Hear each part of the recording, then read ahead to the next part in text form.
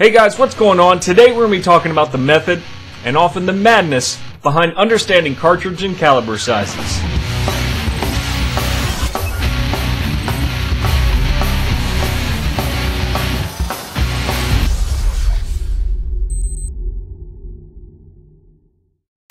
Nine millimeter, 308 or 7.62 by 51 millimeters, 357 Magnum, 5.56 by 45 millimeter, and 30-06. What is going on with the naming of our cartridges? Why is it so difficult to understand? I get this question all the time, and I'm not going to lie. This is a very difficult subject to tackle in a short video. To try and explain this in a simple manner is not easy. There are over 1,500 different cartridge sizes in existence today. And that's spanned out over well over a century. Just firearms have been around for a long time. And the way I'd like to tackle this video, there could be hundreds of ways I can come at this, and you will probably see them in other videos, but I'll start with the basic rule that we're supposed to follow. It's unwritten. There's no governing body that says you have to name your round in this particular manner, which is going to lead us to our problem. But I'm going to talk about the unwritten rule. Then we're going to talk about the problem with that rule and the exceptions that have come along the way that kind of try and circumvent that problem. So the rule, unwritten, a lot of exceptions to this. We cannot speak in absolutes. But when it comes to a round, generally the name refers to the diameter of the bullet. This is also referred to caliber. Caliber usually refers to how large the inside of the barrel is, the diameter of the barrel, but can also refer to the diameter of the bullet. So when we hear a name of a round, it typically refers to that number. Take, for example, the 9mm. If you were to take some calipers, which is a measuring device that measures from side to side, this would be 9mm from one end to the other. Now, I've been known to make the mistake of referring to it as its circumference, and it's not. It's from one side to the other. So that's why this is called a 9mm round. And that also holds true for bullets like the 308. Now this is going to be in inches. Again, another problem, but we'll get to that. This is 0.308 inches from one side of the round, or one side of the bullet, to the other. So the unwritten rule when you're talking about the name of a round is the first number that you hear refers to the caliber, to the diameter of the bullet. And there are a number of different ways that we go about that. We have our metric system, and we have the imperial system that the United States still uses today, and that Britain used to use back in the day. So that's why a lot of your rounds are referred to in inches. But they can also be referred to by the metric system. Now the metric system generally goes by a more intelligent system, if you ask me. When it's referring to its pistol rounds, it's just the one number, 9mm.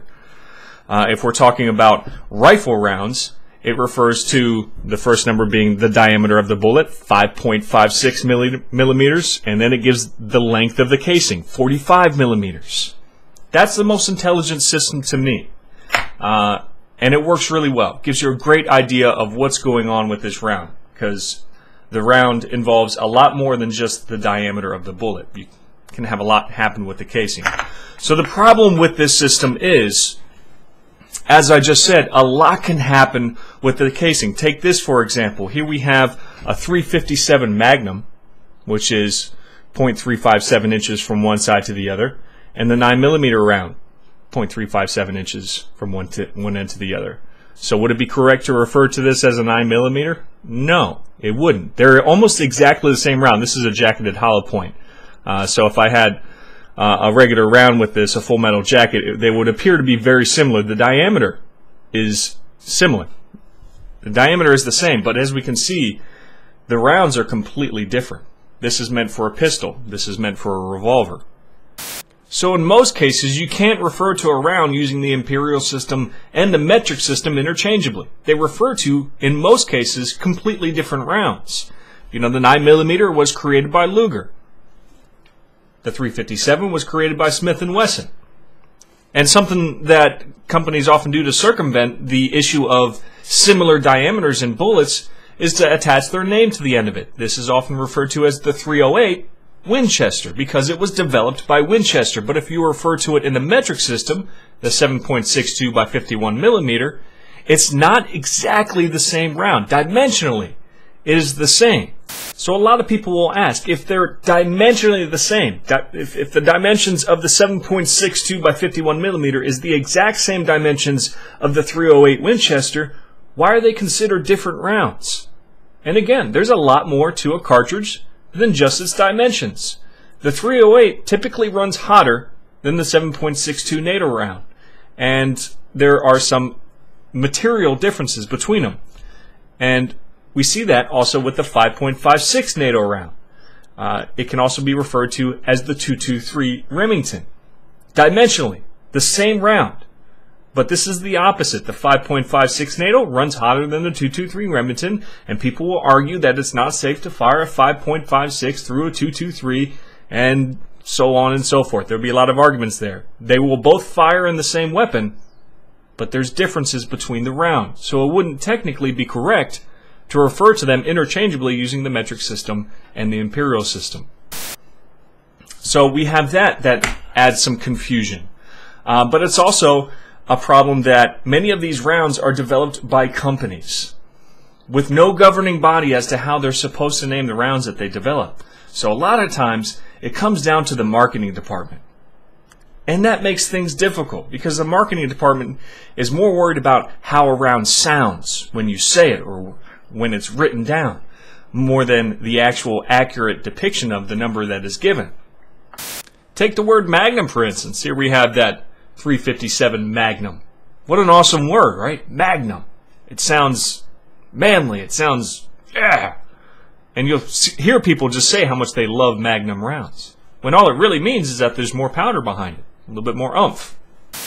We can get into dual designation names. This is the 30-06. It was originally known as the 30 Government back when it was used in the United States military.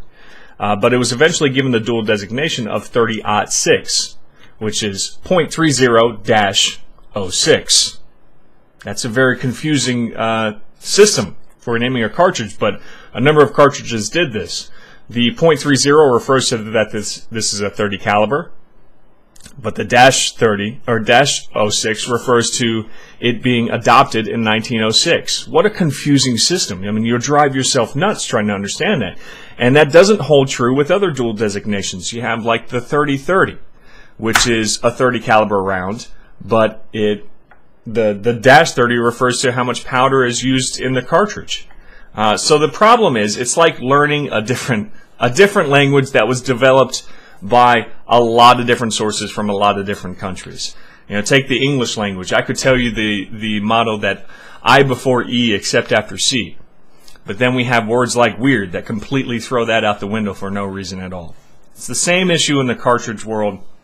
There are a lot of different things going on.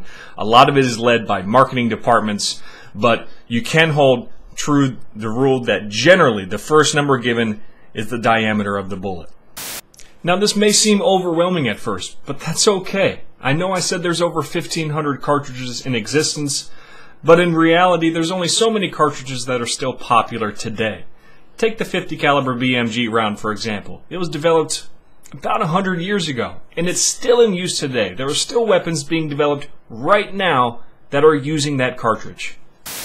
Now there are still no set rules when it comes to the naming of rounds. And I think marketing today plays more of a role than ever when it comes to it. Consider the 300 Blackout, the 6.5 Grendel round, the 50 Beowulf. A lot of these are just marketing schemes. But your best bet is to research where the round comes from. Go to the developer's website. Figure out exactly what they're doing. And as your knowledge of ballistics increases, so will your knowledge of what that caliber is capable of and if it's for you. But that's all I have for this video. I really hope it helped out. This is Sergeant Merrill, out here.